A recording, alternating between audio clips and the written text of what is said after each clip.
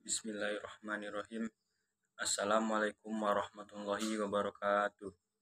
Perkenalkan, nama saya Muhammad Fahri, NPM 2003-09-0054, kelas 4B Kesos Pagi. Di sini saya ingin menyelesaikan tugas video dari mata kuliah Psikologi untuk Pekerja Sosial.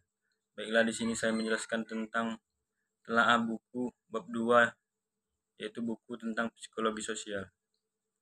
Penting bagi kita untuk dapat dengan cepat memahami orang, peristiwa, situasi, atau tempat yang kita temui dalam kehidupan kita. Rencana ini akan mencakup karakteristik kita sadari, hubungi timbal balik antar karakteristik. Ini membentuk skema, disimpan dalam memori dan diaktifkan oleh isyarat tertentu. Kemudian, pembekuan kesan. Ketika kita pertama kali bertemu seseorang, penampilan fisik mungkin merupakan sumber pertama informasi kita memiliki tentang tersebut. Prototipe dan eksemplar pada dasarnya bersifat pribadi. Namun ada kasus di mana prototipe yang dibuat oleh individu dibagikan secara luas. Dalam hal ini dapat dikatakan bahwa terdapat stereotip sosial. Lippmann pada tahun 1922 menggambarkan stereotip sebagai gambaran di kepala kita. Ini tampaknya tidak berbeda dengan skema yang telah kita diskusikan dengan perbedaan ini. Sementara skema cenderung netral, stereotip seringkali tampaknya memiliki konotasi yang merendahkan. Lippmann melihat stereotip sebagai sarana di mana orang melindungi kedudukan kerabat mereka di masyarakat. Stereotip sering diartikan sebagai ejakan. Juga merupakan gambaran-gambaran atau angan-angan atau tanggapan tertentu terhadap individu atau kelompok yang dikenai prasangka.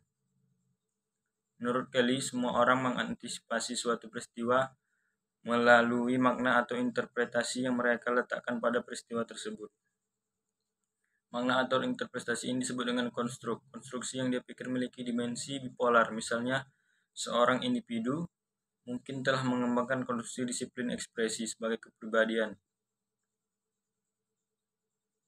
Proses atribusi sangat berguna untuk membantu pemahaman atas penyebab perilaku dan merupakan mediator penting bagi reaksi terhadap dunia sosial.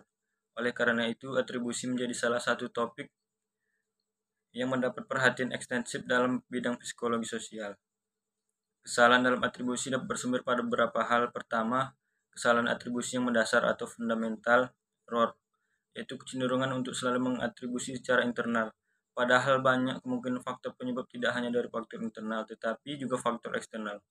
Ada beberapa faktor yang mungkin menciptakan kekeliruan atribusi mendasar, antara lain yang pertama yaitu melihat apa yang tampak atau fisik, misalnya cara berpakaian dan lain sebagainya. Yang B, menanyakan langsung kepada yang bersangkutan, misalnya tentang pemikiran. Yang ketiga, dari perilaku yang bersangkutan. Hal ini merupakan sumber yang paling penting. Kesimpulan yang didapat Cover-Smith adalah bahwa sumber terapi harga diri yang tinggi itu kompleks. Gaya penting orang tua itu seperti halnya penerapan target.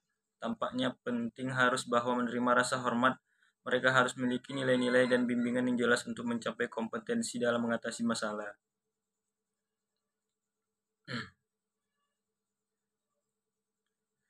Pendekatan kognitif sosial menggambarkan skema diri, jaringan konstruksi yang berkaitan dengan diri yang telah dibangun sebagai hasil dari pengalaman